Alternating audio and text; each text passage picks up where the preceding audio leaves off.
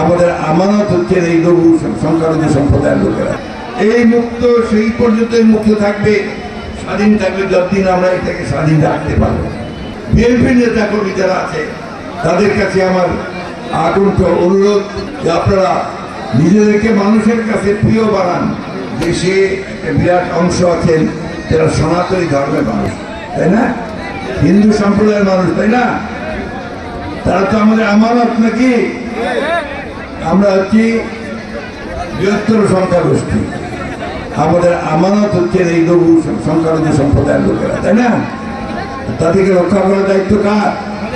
আমাদের। আল্লাহ তাআলা বারবার বলছেন আমানত যে খেয়ানত করে সে কিন্তু মোমেন না। এই আমানতকে আমাদের রক্ষা করতে হবে।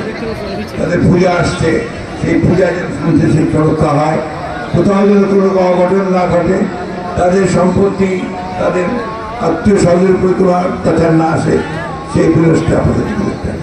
আমাদের ছাত্র জনতার আন্দোলনের প্রেক্ষিতে আমরা এই ভয়াবহ দানব যে ফ্যাসিবাদী সরকার, হাসিনা সরকার, পুলিশ সরকার কতগুলো খুন করেছে জানেন? এই 4-5 ওই আন্দোলনের সময় খুন করেছে 2000 মানুষ ছাত্র জনতাকে।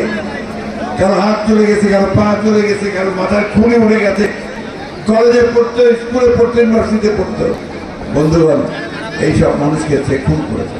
আজকে আমরা এখন বাস করছি, কিন্তু মনে রাখবেন এই মুক্ত সেই পর্যন্তই মুক্ত থাকবে, স্বাধীন থাকবে যতদিন আমরা এটাকে স্বাধীন রাখতে পারবো।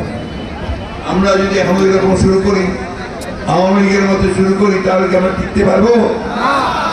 একই রকম দশা হবে আমাদেরও, তাই না? সেই জন্য আমরা যারা আজকে সংগ্রাম করছি, লড়াই করছি, বিশেষ করে বিএনপির নেতা কর্মী যারা আছে তাদের কাছে আমার আকুণ্ঠ অনুরোধ যে আপনারা নিজেদেরকে মানুষের কাছে প্রিয় বানান, ভালোবাসার পাত্র করে তৈরি করেন, কারো তো অন্যায় অত্যাচার নির্যাতন